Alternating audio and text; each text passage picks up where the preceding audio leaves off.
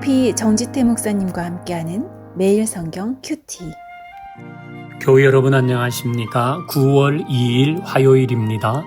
데살로니가 전서 2장 1절부터 16절을 묵상합니다.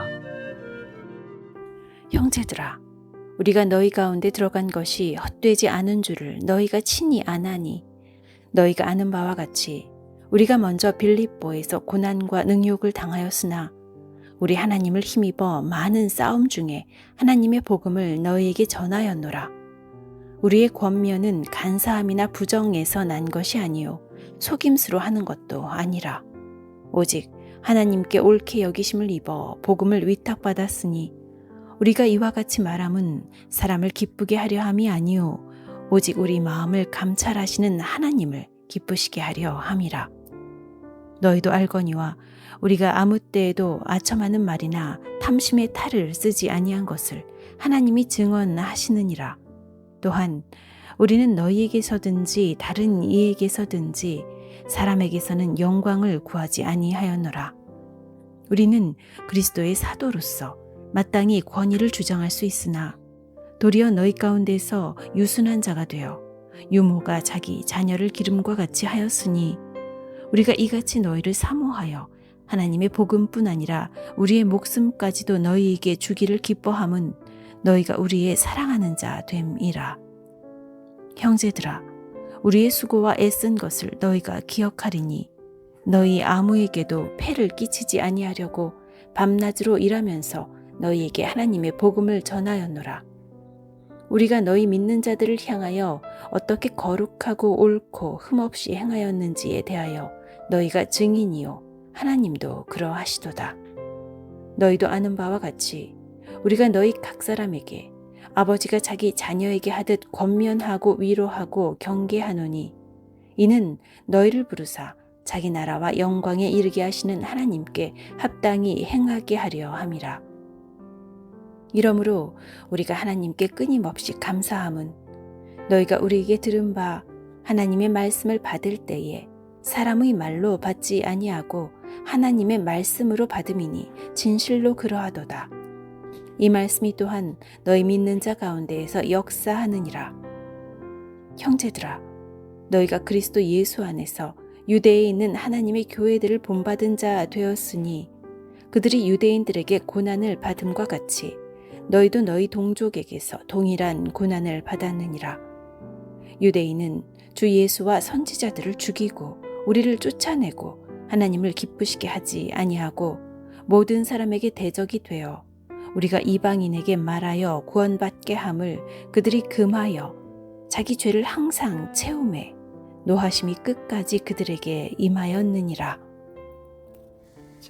바울은 데살로니가에서 복음을 전한 것을 회상하면서 이 말씀을 쓰고 있지요. 1절 봅니다. 형제들아, 우리가 너희 가운데 들어간 것이 헛되지 않은 줄 너희가 친히 아나니. 바울은 자신이 전한 복음이 헛되지 않다는 것을 분명히 안다는 겁니다. 데살로니가에 복음 전했는데 그건 결코 헛되지 않을 것이다 확신하는 겁니다. 우리도 복음 전했습니다. 금년 여름에 우리가 전한 복음은 헛되지 않을 것입니다. 금년 봄에 행복으로의 초대를 하면서 예비신자를 작정하고 VIP를 모시고 온 것 결코 헛되지 않을 것입니다. 복음은 헛되지 않습니다. 그리고 그 복음을 전하는 데는 대가가 필요합니다. 2절 그 얘기 아닙니까? 너희가 아는 바와 같이 우리가 먼저 빌립보에서 고난과 능욕을 당하였으나 빌립보에서 복음 전하다고 바울과 실라가 매를 맞고 옥에 갇혔잖아요. 그 복음에는 대가가 있는 겁니다. 대가를 치러야 합니다. 하지만 우리 하나님을 이미 힘입어 많은 싸움 중에 하나님의 복음을 너희에게 전하였다. 우리는 빌립보에서 복음 전하다가 감옥에 갇혀가지고 아이고 몸살이자 이렇게 하지 않고 도리어 데살로니가에 가서도 힘있게 너희에게 복음을 전하였다. 바울이 말합니다. 복음은 이렇게 전하는 것입니다. 고비가 있고 난관이 있습니다. 가족에게 여보 교회 한번 갑시다. 예, 교회 나가자, 예수 믿어야지, 이렇게 이야기하는 데는 난관이 있습니다. 그러나 그건 당연한 것입니다. 그럼에도 불구하고 우리는 하나님을 힘입어 복음을 전해야 할 것입니다. 하나님이 역사하실 것입니다. 자, 4절 같이 봅니다. 오직 하나님께 옳게 여기심을 입어 복음을 위탁받았으니 우리가 이와 같이 말함은 사람을 기쁘게 하려 함이 아니요 오직 우리 마음을 감찰하시는 하나님을 기쁘시게 하려 함이라. 아멘. 바울은 복음을 위탁받았다 그랬습니다. 우리도 이 복음을 위탁받았습니다. 그러므로 하나님을 기쁘시게 하는 일은 위탁받은 이 복음을 잘 전하는 것입니다. 이걸 잘 간직할 뿐만 아니라 그것을 널리 전하는 것입니다. 한 사람에게 집중적으로 전하는 것입니다. 그것이 하나님이 기뻐하시는 일입니다. 이 복음을 전할 때에 바울은 또 어떤 태도를 가졌습니까? 7절 우리는 그리스도의 사도로서 마땅히 권위를 주장할 수 있으나 도리어 너희 가운데 유순한 자가 되어 유모가 자기 자녀를 기름같이 하였으니. 아멘. 이 복음을 전할 때는 마치 부모가 그 자녀를 돌보는 것 같이 세세한 관심, 섬세한 사랑, 돌봄 이런 것이 있어야 한다는 것이죠. 툭툭 내뱉는 말로 교회 한번 갑시다. 예수 믿어. 좋아. 이렇게 할 것이 아니라 그 사람의 상황이 어떤지를 보고 그에게 평소에 관심을 가지고 굳이 행복으로의 초대가 아니더라도 지금 이맘때쯤 안부 전화를 또 하고 여름 잘 지냈는지 더위는 잘 보냈는지 이렇게 부모처럼 자녀를 생각하는 그 돌봄으로 우리는 위탁받은 복음을 전해야 한다는 것입니다. 8절도 봅니다. 우리가 이같이 너희를 사모하여 하나님의 복음뿐 아니라 우리의 목숨까지도 너희에게 주기를 기뻐함은 너희가 우리의 사랑하는 자 됨이라. 바울은 복음을 위해서 자신의 목숨까지도 줄 수 있겠다 그럽니다. 이것은 바울이 복음을 위해서 자신을 다 내려놓는다는 거 아닙니까? 자존심도 내려놓고 시간도 사용하고 재정도 사용하고 거기에 관심을 쏟는다는 것입니다. 복음을 전할 때에 우리에게 필요한 자세입니다. 한 영혼 살리는 데에는 이만한 대가가 필요하다는 것까지 오늘 우리는 기억하고 복음 전하는 이 일 우리의 여전한 사명이며 매일의 사명인 것을 다시 기억하십시다. 하나님 감사합니다. 복음을 전하는 일꾼으로의 모습을 모두가 갖추게 하옵소서. 예수님의 이름으로 기도하옵나이다. 아멘. 화요일 가정을 위한 기도. 손이 수고한 대로 먹는 복, 가족 간의 화목과 평화를 누리는 복이 있는 가정 되게 하옵소서. 가족들 사이에 하나님을 두고 서로 사랑하며 감사하는 하나님 나라가 되게 하옵소서.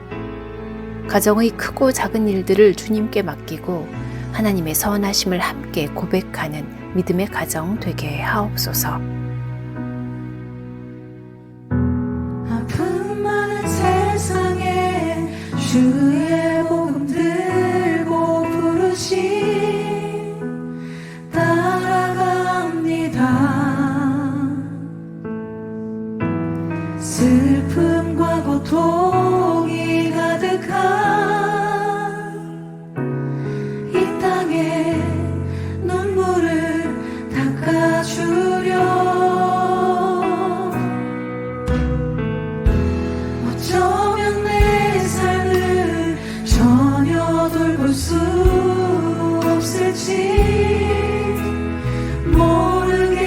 모르겠지만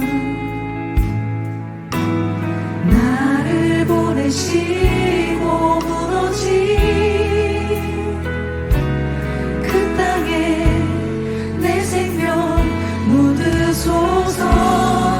주님의 나라가 주님의 나라가